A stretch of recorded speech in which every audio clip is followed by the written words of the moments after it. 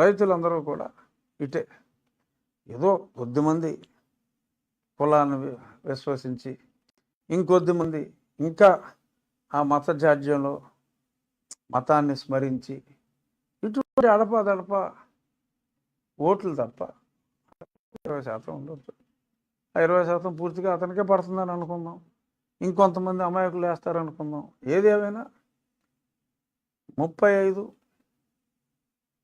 Upper limit 40% మధ్యన వాళ్ళు ఉంటే 55% ఖచ్చితంగా గత 48 నుండి నెగ్గే అవకాశాలున్న తెలుగుదేశం సీట్లు కూడా సీట్ల సంఖ్య కన్నా ఆ ఓట్ల శాతం బాగా పెరుగుతుంది. So gap is widening.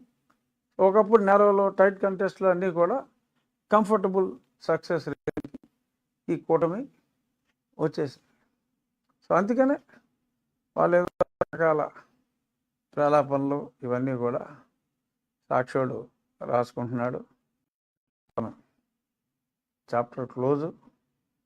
యుద్ధం ఆల్రెడీ ఊరికే సిద్ధం, మేము సిద్ధం అంటున్నాడు తప్ప ఏమో నెల క్రితం సిద్ధమేమో కానీ ప్రస్తుతం అయితే యుద్ధానికి అతను సిద్ధంగా లేడన్నది చాలా స్పష్టంగా అర్థమైపోయింది. ఇప్పుడు అతను ఏం ప్రయత్నాలు చేసినా అది వ్యర్థం.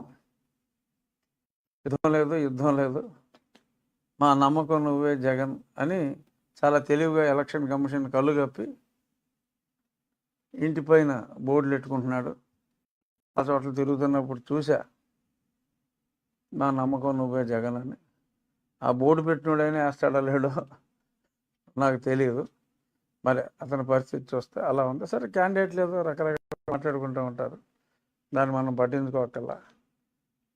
మేనిఫెస్టో జనాల్లోకి దూసుకుపోయింది. మన ఏరియాలో పవన్ కళ్యాణ్ గారు స్పెసిఫిక్గా ఇంటింటికి నీరు అన్నదే ప్రతి చోట అవసరమే. రాష్ట్రం అంతా మనకి చుట్టూ అద్భుతమైన నీటి వనరులు ఉండి మనం అనుకోకుండా ఆక్వాకల్చర్ డెవలప్మెంట్ అవసరం.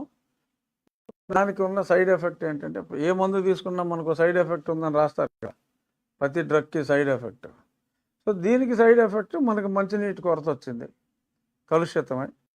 సో మరి దానికి ఎప్పుడైతే ఏదో విద్యాశ్రమం స్కీమ్ ఆగిపోయిందో, పాత ఉన్నాయి. నిన్న నేను తిరుగుతూ ఉంటే చూసా, ఇంటింటికి నీరు హర్ ఘర్ జల్ పథకం ప్రారంభమవుతుందని చెప్పి ఆంధ్రప్రదేశ్ ప్రభుత్వం వేసింది ఎప్పుడో పాత బోర్డులు. ఈ కమిషన్ కోసం ఆపేశారు. నేను పాత కలెక్టర్ రాజు చాలా ట్రై చేశాం, తొందరగా తీసుకురావాలి మన ఏరియాకని. బట్ వాళ్ళు తగ్గల.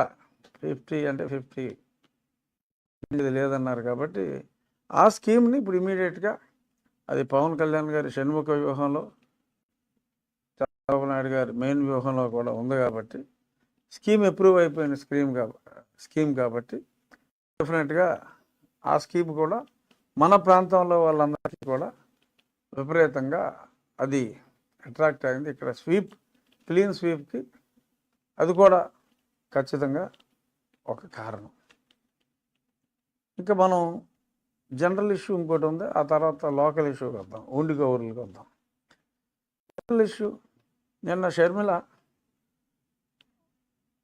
ఒక 8-9 ప్రశ్నలు వేసింది వాళ్ళ అన్నయ్యకి. ఇది ముఖ్యంగా ఏ సామాజిక వర్గం అయితే జగన్మోహన్ రెడ్డికి కాష్కో ఇష్కిష్కో ఓట్లు వేస్తుందో, అంటే మా వాడికి అర్థం అవ్వాలని చెప్పా, మా పాత భాష కాస్తో కోస్తోకి అలా అంటాడు కదా, కాష్కో ఇష్కిష్కో ఓట్లు వస్తాయో ఎస్సీ సామాజిక వర్గం నుంచి, వాళ్ళని ఇతను తడిగూడ అదే ప్రశ్నల రూపంలో షర్మిలకు. సో దాన్ని మేమందరం కూడా ఇప్పుడు ప్రజల్లోకి తీసుకెళ్ళాలి. షర్మిల పాయింట్లు గతంలో ఎప్పటి నుంచో మేము చెప్తున్నాం. మళ్ళీ తను కూడా ఈ సందర్భంలో అడిగింది బద్వేల్లో, ఏంటంటే ఎస్సీ ఎస్టీ సబ్ప్లాన్ నిధులు మొత్తం నువ్వు నాకేసిన మాట నిజమా కాదా? అసలు తీశారు, అసలు స్కీమ్లే తీసేశాడు. ఏం చేస్తున్నాడు ఇప్పుడు? అమ్మఒడి ఉంది, అమ్మఒడిలో ఎస్సీ ఎస్టీలు కూడా